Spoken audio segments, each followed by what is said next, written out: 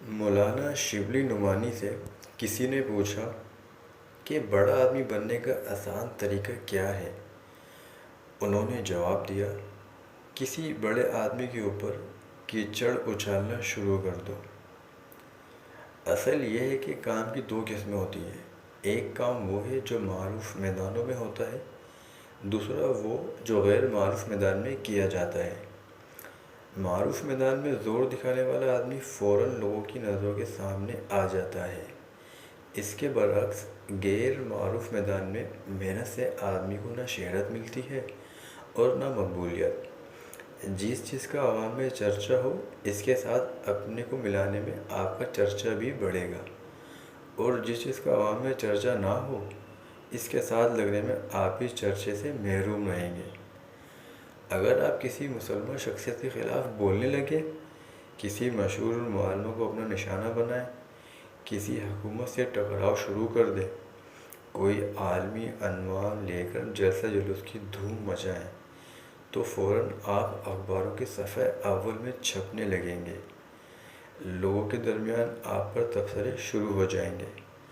آپ بہت سے لوگوں کی خیالات کا مرجع بن جائیں گے۔ آپ جلسے کا اعلان کریں گے تو بھیڑ کی بھیڑ وہاں جمع ہو جائے گی۔ آپ چندے کا مطالبہ کریں گے تو لوگ آپ کو روپیوں میں تول دیں گے۔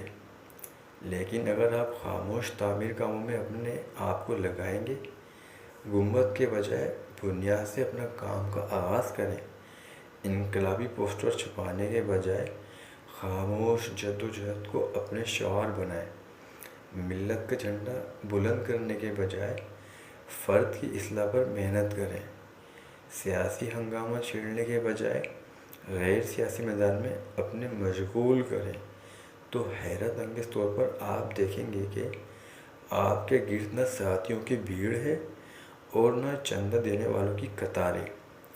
آپ کا نام اخباروں کی سرخیوں میں جگہ پا رہا ہے اور نہ پر رونق جلسوں کی ڈائز کی زینت بن رہا ہے۔ مگر یہی دوسرا کام ہے۔ اسی کے ذریعے کسی حقیقی نتیجے کی امید کی جا سکتی ہے۔